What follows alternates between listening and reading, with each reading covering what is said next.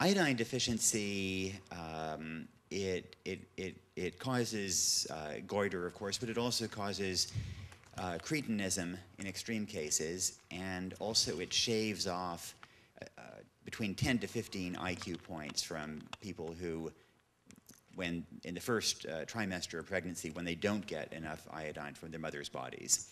And in fact, the earliest time that this was actually noticed was in Switzerland, inland, where there were these villages of Cretans, where there were these villages where nobody got enough iodine, and everybody was running around, you know, with substantially retarded. And these days, in some parts of the world, you do still come across these same kinds of villages.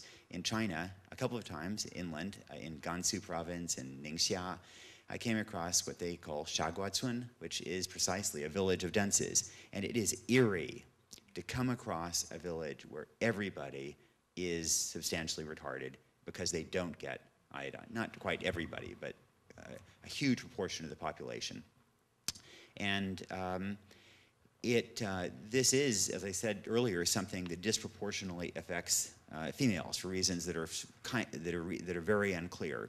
And in some extreme cases, people are left with cretinism. More commonly, they have these 10 to 15 points shaved off their IQ, and that is irrecoverable. For the rest of their lives, that will be lost. About a third of people in the developing world don't get enough iodine. And 50 years from now, 60 years from now, those people, as adults, will have their capability impaired because we are not iodizing their salt today or providing iodine in other forms. And this is something that is incredibly cheap. It costs, the cost of the iodine in the salt is completely negligible. Even if you count all the administrative costs of actually getting the iodine out and making sure it's actually put in the salt and barring salt that isn't iodized, then it only costs about 2 cents per person per year. Because you get a huge return on that investment. One study found it is roughly 11 times the return on that investment. Try to find a stock that is going to reliably bring you back 11 times an 11 times return. And this is something, as I said, that disproportionately, this should be considered a women's issue because the victims of this tend to be women. So. And I guess the other thing is that it's just so cheap. All the estimates of what it would cost to reach almost everybody who is now suffering from iodine deficiency are extraordinarily low.